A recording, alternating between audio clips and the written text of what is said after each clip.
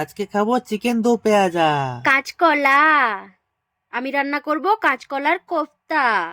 তাড়াতাড়ি পেঁয়াজটা কেটে ফেলো। হ্যাঁ, নিরাম করবে আবার কাজ করে দাও, পারবো না কিছু, যাও। তাহলে আমিও এরপরে মাছ মাংস রান্না করতে পারবো না, যাও।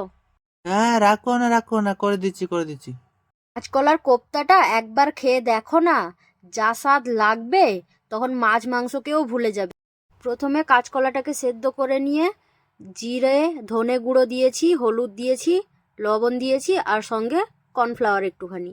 তারপরে এইভাবে তেলে ভেজে নিতে হবে। ভেজে নেওয়ার পরে তো সব থেকে সহজ পদ্ধতি। কাঁচকলার কোপ্তা রান্না করা ইজি, খেতে হবে খুবই টেস্টি। ভালো লাগলে এই ভিডিও সাবস্ক্রাইব করে দিও লক্ষ্মীটি। মশলা থেকে এইভাবে তেল ছেড়ে দিলে জল দিয়ে দিয়ে দাও কোফতাগুলো, হয়ে গেল রেডি। হে বলো কেমন টেস্টি। হয়েছে সুপার টেস্টি। তোমরাও ট্রাই করো বাড়িতে এই রেসিপি।